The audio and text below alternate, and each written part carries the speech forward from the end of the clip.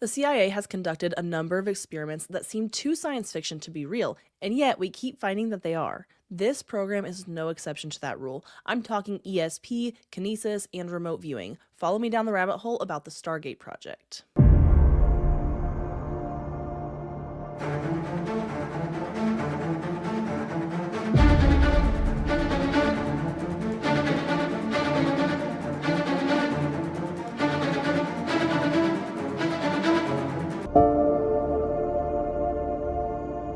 Hello, friends, and welcome back to the rabbit hole. I'm your host, Danny, and today we are talking about Project Stargate. Thank you, James, for requesting this episode. It has been mentioned by others in my DMs as well, but if you don't submit the request through the form that I have, it makes it really hard for me to name you by name because I get way too many DMs for that. So please send your requests through the request an episode form, and then I can thank you in our episodes. And of course, I love to thank our sponsors. So thank you, Wise Wolf Gold, for sponsoring my podcast. Guys, if you want gold and silver delivered straight to your front door for as little as $50 a month, go to rabbithole.gold right now.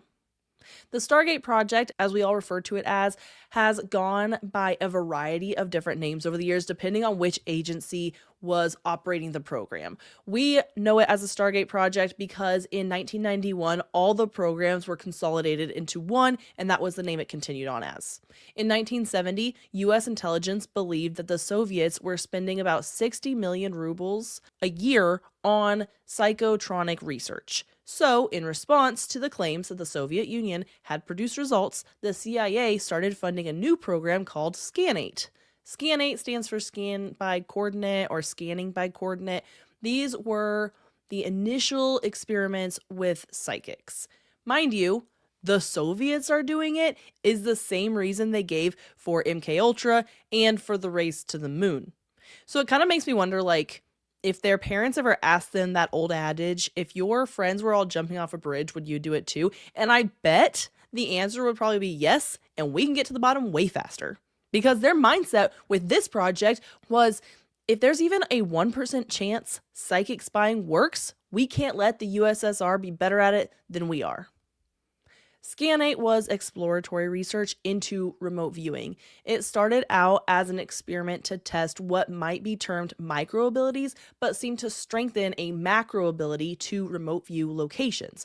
With this, they set out to test this remote viewing on a gradient scale of increasing difficulty. Remote viewing research began in 1972 at the Stanford Research Institute, or SRI, in Menlo Park, California. Remote viewing is the practice of seeking impressions about a distant or unseen object purportedly sensing with the mind. It is described as a supposed paranormal ability by which a person can gather information about a distant, unseen target.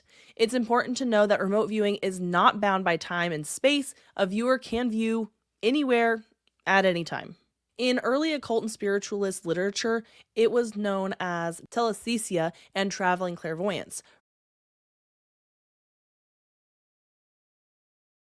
Clairvoyantly with the inner eye or in alleged out-of-body travel, end quote. This wasn't a new phenomenon. Major scientists started studying this in the mid-19th century, but as you would expect, reports about successful tests of this gift were met with a lot of suspicion and skepticism from the scientific community, so this actually caused most of the studies to be done more privately moving forward. That is, until the 1960s, when there was a shift in thinking with the emergence of New Age thinking. In the early 1970s, Hal Puthoff and Ingo Swann joined the Electronics and Bioengineering Laboratory at Stanford Research Institute. They started testing psychics at SRI in 1972. They were conducting experiments where the subject had to successfully receive a target that was in a different location. In some cases, the subject was separated from the target material by an electrically isolated shielded room, and in other cases, the target was on the other coast of the US, so there's no way they could have known what it was. Swann was often the subject in the early days of the experiments. He would be given a target location by latitude and longitude and was required to immediately respond with what was at that location. These targets were chosen at random by different experimenters to make it harder to guess. They wanted to control the experiment as much as possible. In one case, he was given the coordinates for the middle of the ocean, and his response was, quote, ocean, beautiful blue-green waves, sun shining, ship toward north, end quote. In another instance, he was given coordinates to the Soviet Union, and his description was, quote, wind blowing there, night, telephone wires, land, flat place with fields, cold, end quote. They classified this response as a neutral response, meaning some possibility of correspondence, with the first one being a hit, meaning good description of the area near the vicinity of target because it was the middle of the ocean. There was a bit of a hiccup in the research, though. They were testing psychics, one of them being Uri Geller, and having pretty decent success. Geller would later go on to be internationally known as an illusionist, magician, and psychic, and this is where it all started for him. The DoD started paying attention to the results of this testing and wanted to ensure that it wasn't fabricated, so they hired a psych professor from the University of Oregon, Ray Hyman, to go to SRI and investigate. They specifically wanted Geller evaluated. Hyman sent back his report stating that Geller was a complete fraud, which caused SRI to lose their government contract. Geller took his psychic abilities on the road. He started going on late-night TV shows trying to prove his psychic abilities. Most famously, on August 1st, 1973, when Geller was supposed to bend a spoon on Johnny Carson, but failed to do so. He performed other tricks on the show as well, or he was supposed to, but he kind of just kept stalling and taking breaks, and he really kind of seemed out of sorts. He was saying he needed to focus, but felt too pressured during the show, so he never actually bent a spoon, and he also was supposed to pick out, of 10 metal canisters, which one had water in it, and he pulled out 3 or 4 that didn't have water, but never actually found the one that did have water. And the whole time he's stalling, and he kept asking Johnny Carson to ask him more questions. He's like, your producer told me all these questions you were going to ask. And Carson's like, well, we only have so much time, so can you just perform a trick? And Geller did not.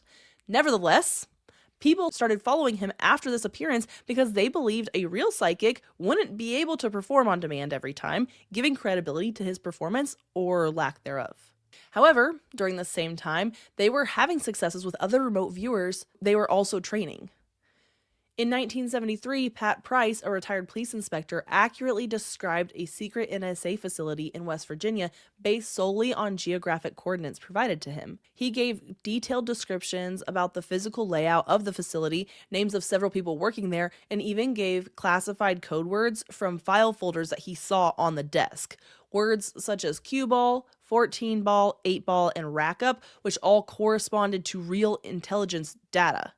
Pat Price has actually a really interesting life story that I think is worth an entire episode on its own, so I'll probably do that as a bonus episode on Patreon.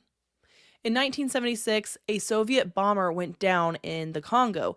Details of this crash was sent to the CIA psychic researchers that were operating out of Patterson Air Force Base in Ohio, which is interesting that it's that base because that's actually the same base that is said to house the alien bodies from the Roswell crash. So they're doing all of that research in Hangar 18, and in somewhere else on the same base, they're doing psychic research.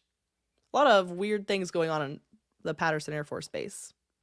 Once the CIA got the details, they enlisted one of their viewers, Rosemary Smith, to find the plane that had gone down.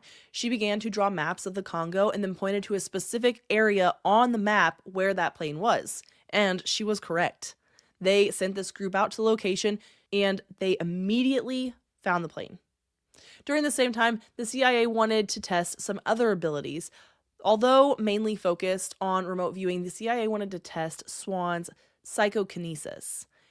They took him to a medical center to test if he could influence the results of a random number generator, and the report concluded that the experiment was successful.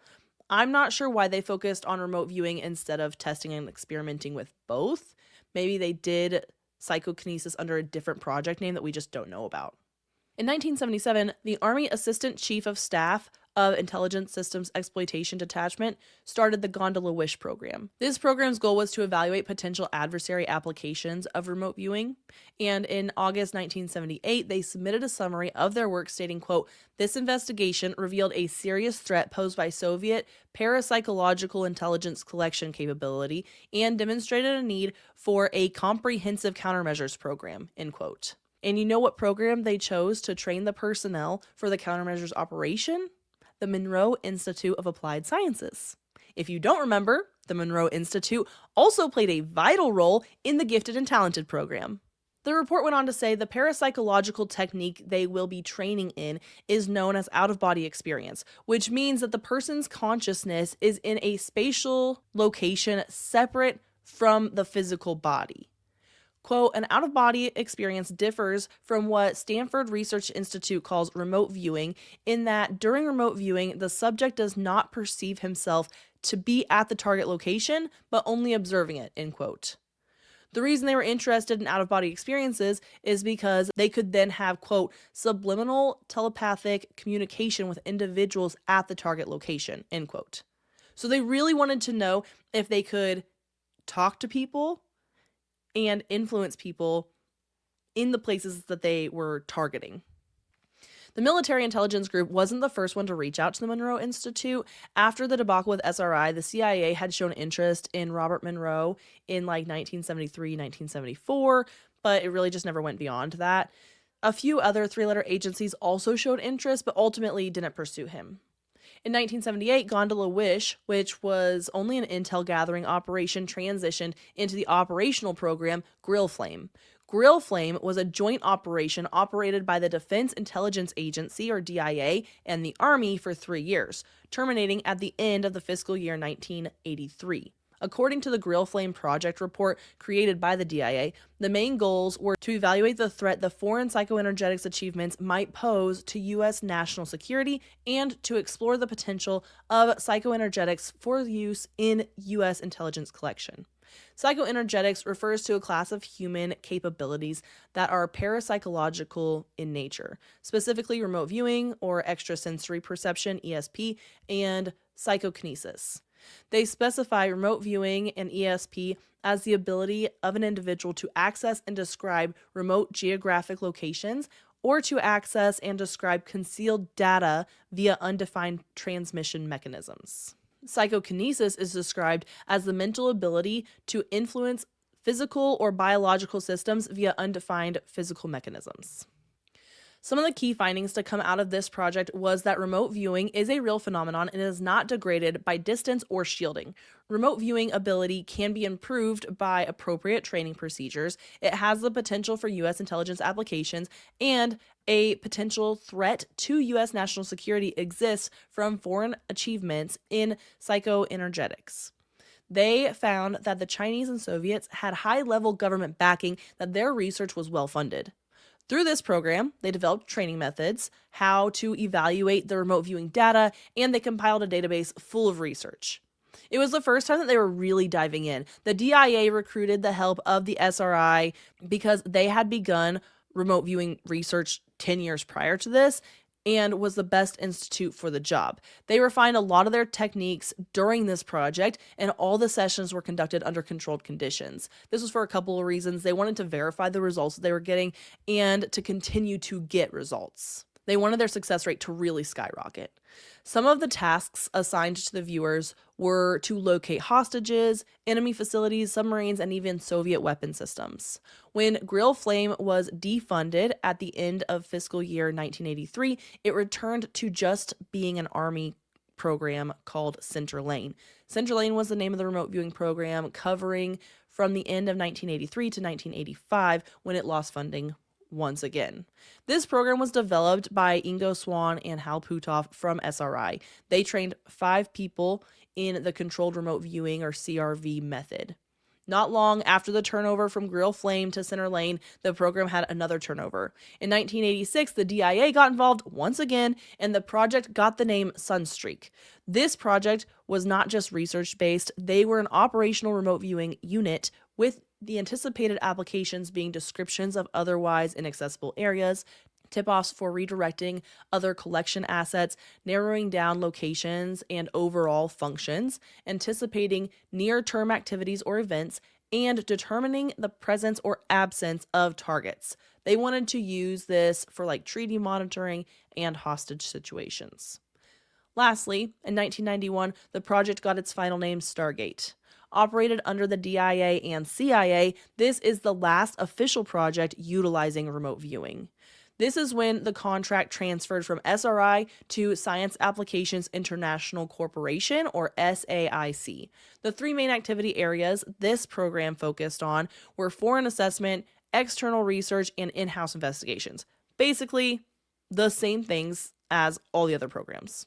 What is the Soviet Union doing when it comes to psychic or parapsychological research? What more can we learn about it? And let's put it to the test. And like the other programs, they were giving remote viewers targets with minimal sensory cues like vague coordinates or sealed envelopes. Sometimes both. Sometimes they'd give them a sealed envelope on the table and give them coordinates and try to get them to create something. The point was to control the conditions as much as possible to eliminate the random guesses or guessing strategies that could potentially be used. The goal was still the same: locate hostages, describe facilities, and gather information where no physical access was available. The only reason it kept changing names and agencies is due to the money, like always, especially when it comes to the government. Officially, the Stargate Project came to a close in 1995 due to the conclusion that it did not produce reliable, useful intelligence, so it didn't justify funding anymore. Plus, the Cold War ended in 1991, so they weren't fighting the Soviet Union anymore. Publicly, they wanted to close the project. The CIA asked the American Institute for Research, AIR, to investigate the program for effectiveness and found that remote viewing is barely better than pure chance. No remote viewing ever offered actionable information for any intelligence operation.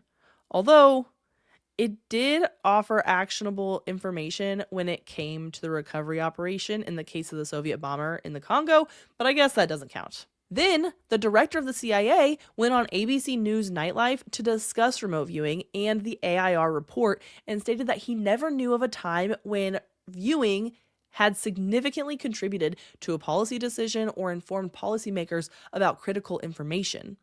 Edwin May, the former head of the government's ESP research program, said that was all a lie. Nevertheless, the program was publicly ended, which is exactly what they wanted. But the Stargate Project was so much bigger than the declassified CIA files tell us. Remote viewers were used in so many operations and were delivering real results. The CIA director just wanted the public to think that it was all done, that whatever they were doing before didn't produce anything. And officially, it's closed, right? Well, let's get into the real results they were delivering before we get into if they're still operating. Joseph McGonigal is one of the most famous remote viewers. He was in the Army in Vietnam. In 1970, he was injured in a helicopter accident, and when he recovered, he said he had psychic abilities. That's when he changed his jobs in the Army and went to work for the Stargate Project. He is said to be remote viewer number 001, stationed at Fort Meade, Maryland. He worked in the RV program from 1978 to 1984 when he retired from the Army, and then continued to work as a consultant for the Stargate Project until 1993. He had a success rate of 20%, which seems kind of low, but when you're remote viewing, that feels pretty good. During his time, he says he viewed the past, present, and future. He provided information on 150 targets not known from other sources, even though he completed way more missions than that. It said he completed like 450 missions, but 150 of them were not known from any other sources. He reported seeing inside a secret Soviet manufacturing facility and, most famously, correctly identified a Soviet submarine no one else knew about. U.S. intelligence knew of a facility in the Soviet Union where they were building something really big, but they never could get close enough to find out what it was. And they couldn't get somebody close enough to find out. Like, they couldn't get like a picture of it from flying overhead. And the facility wasn't near the coast, so they didn't really think it was a ship. However, Joe and another viewer both told them that it was a submarine, like a really big submarine. He said that it was 33 feet shy of the length of a Soviet aircraft carrier, and it looked like two submarines that were cut in half and then welded together. He specified that the submarine would be launched 114 days from the time they were talking about the submarine. And sure enough, Overhead photos of the harbor were ordered for that day that he specified, and they saw a Typhoon-class submarine in the harbor. And it looks like two submarines welded together, and it is huge. During events like the 1980 Iranian hostage crisis, remote viewers were critical. On November 4th, 1979, the U.S. Embassy in Tehran was stormed and 66 American diplomats and citizens were taken hostage. 52 of them were held for 444 days. Joe was tasked with sketching locations where hostages were being held. They would then take the sketches, check them against satellite imagery, and make plans based on the information. Now, there were some setbacks in the actual execution of the rescue, but this shows how helpful remote viewing is and can be. In another case, in 1989, a viewer successfully pinpointed where fugitive Charlie Jordan was in northern Wyoming. Charlie was a DEA agent in South Florida who started taking bribes from people that wanted to bring drugs in. When he was found out, he went on the run, ending up in Wyoming. The viewer said he was in Lowell, Wyoming, Lowell. And because there is no Lowell, Wyoming, they kind of like brushed off the tip. They're like, nope, that was not a successful hit. Well, there is a Lovell, Wyoming, Lovell, which is just one letter off. And a couple weeks later, he was picked up in that town. And well, since they can use remote viewing with a decent enough accuracy here on Earth, they kind of started to wonder, like, could we use remote viewing to visit other planets? This takes us back to Joe. Joe claims he visited Mars. This happened in 1984, right before he got out of the Army. He was in a room with a researcher. This is kind of how they did it, right? They had the researcher there to write down all the notes that the viewer was talking about.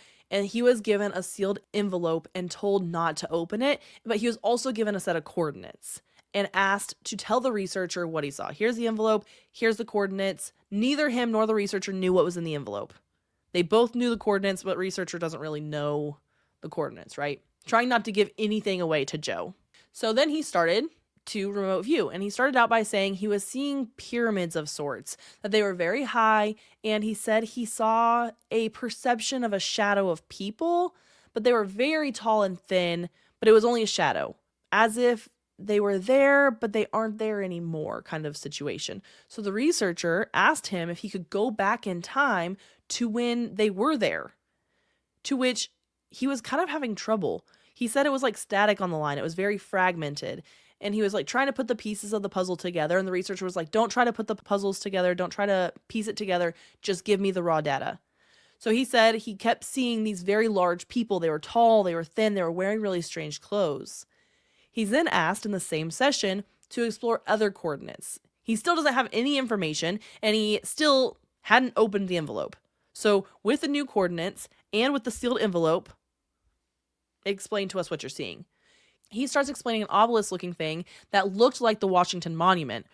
Rounded carved channels that looked like roadbeds and pyramids that appeared to be storm shelters. And in the pyramids, there were more tall, shadowy people that seemed to be hibernating. He says they seem to be an ancient people that are dying. When he is done with the session, he opens the envelope and it reads, "The planet Mars, time of interest, approximately 1 million years BC." Which makes me wonder, like, why that time period? Were they trying to verify something they already knew? Were they trying to test out a theory? Like, how long ago did people live on Mars? Like, why specifically then? And then it makes me wonder, did they have other viewers viewing further back in time or viewing, like, sooner? Trying to figure out what's going on Mars? And, I mean, in the program, the viewers were given very specific directions. Like, you do not talk to the other viewers about what you're being asked to view. You just do your job, and then once you leave this room, you're done. Like, we're not talking about it anymore. It was very classified. So they would all go to lunch together or something. They're not talking about what they're viewing. They're not saying like, oh, you viewed that? I viewed that too. They're not comparing notes. So unless somebody comes forward to say, oh, I also viewed Mars, we don't know. And this wasn't the only time they tasked someone with viewing off planet. In 1986, a viewer was tasked with observing Saturn's moon, Titan. Right now, Titan is the best place for potential colonies off Earth, like even like for us today. So this viewer reported a base on the surface of Titan. Upon entering the base, she discovered the operators of the base looked very human. She saw 2 human males operating a control panel under the supervision of an attractive female. What we don't know from this viewing is the time period in which she was viewing it. Could it actually be humans in a man-made base on Titan sometime in the future? Like, did we successfully get to Titan? Are there already humans living on Titan that we don't know about? There's a lot of questions there. Aliens have been encountered before as well. Like, obviously, these aliens or human-like beings were discovered, but the same viewer who viewed Titan also reported on a time she was directed to Mount Hayes in Alaska and observed 2 entities working outside a structure. Inside the structure was this human-like technician working on a machine. The technician noticed the viewer and invited her to examine the machine he was working on. This was the first time a remote viewer reported being seen. There were instances of intel the CIA was given by their viewers but didn't actually take.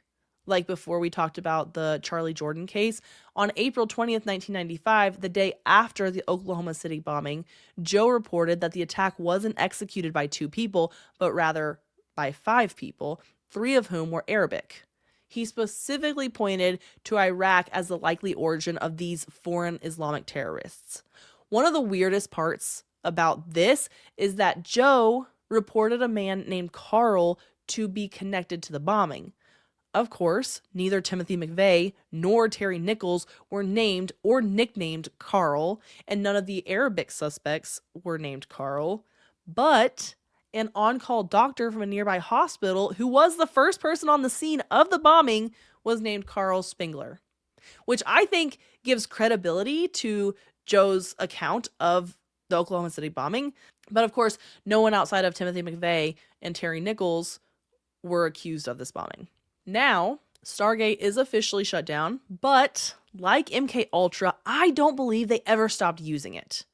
And recently, I had a civilian remote viewer on the podcast. That episode will actually drop after this one, and she described remote viewing into secret military bases that people know about, like Area 51 and Antarctica, and encountering government remote viewers. These viewers were specifically there to keep out other remote viewers, be that like civilian or foreign military remote viewers. I asked her what branch of the military they were in, and she didn't know. She didn't know like the different branches, but I don't think they're in a branch of the military. I think they're CIA or DIA. She said that she has found a way around being caught, that like basically she cloaks herself and then they can't see her, but they are definitely still utilizing remote viewers. And if they're still using them as defense, they're probably still using them as offense as well, especially because they've gone to such great lengths to shut it down publicly and now cover it up. Because when you type in Project Stargate in the search engine, the CIA operation is not the first thing that pops up. Stargate LLC, an AI joint venture, is the top search result. And in fact, every search result on the first page, when you type in Project Stargate, is about the AI venture and not about the remote viewing Stargate. And I also believe that could be the reason for all the name changes. If they change the name of the operation every couple of years, it's harder to follow the trail. So you have all these different things trying to cover up the Stargate project. Makes me wonder if they're still using remote viewers. They just shut it down. Or they changed the name again and they made it more secret. Or another option is that they could have combined a couple different experimental projects into one project. There were other tests for ESP that they were doing prior to any of this remote viewing testing that they were doing. And I'm going to do an episode on that. I think it might be a bonus episode as well, just because I don't think it'll be a lot of information. But they're doing other ESP testing way back in 1959. And so if they continued on with that ESP testing in a different project, and then they had this remote viewing testing in this project, they could have easily combined those into one parapsychological military effort. And that's not the first time we've heard of that. I know that the Navy was actually doing research into what creates that sixth sense in certain people, or that gut feeling that people have.